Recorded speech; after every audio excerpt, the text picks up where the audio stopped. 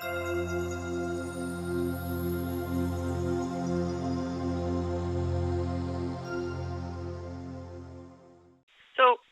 it's very interesting about sunscreen because you hear about this thing called the SPF, sun protective factor.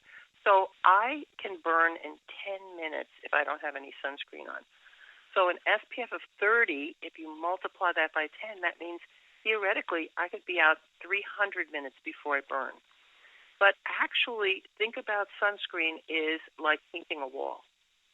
You think you're putting the sunscreen on evenly, you think you're painting the wall evenly, you walk away, you come back in an hour, and you see all the places you missed. And also, after about an hour, think of your skin as being like that wall. You think the wall is completely flat, but there's some texture to it, little nooks and crannies. So the sunscreen tends to go from the higher places on our skin and migrate down into the lower places, and in those places, the higher places, the little mountaintops get burned. So basically, you want to pick something that's at least a 30, and you want to reapply every 2 hours. Those are the rule of thumb.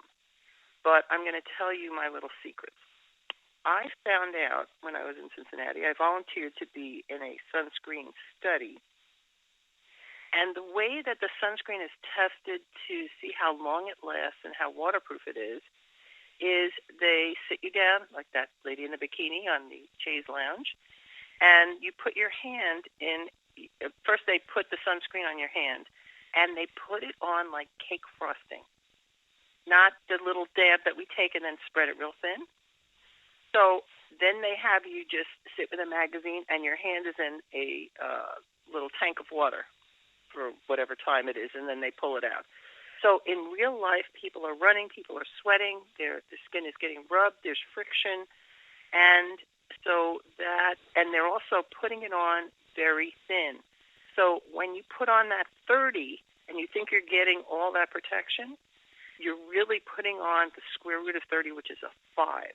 So that's why the sunscreen doesn't seem to work as well, because you're putting it on too thin, and so it doesn't protect as well. So if you really want sunscreen to work well and be the SPF that the FDA labels it, it has to be on like you want to put it on so thick that you can see the whiteness of it, and then it's going to take a while to massage it in.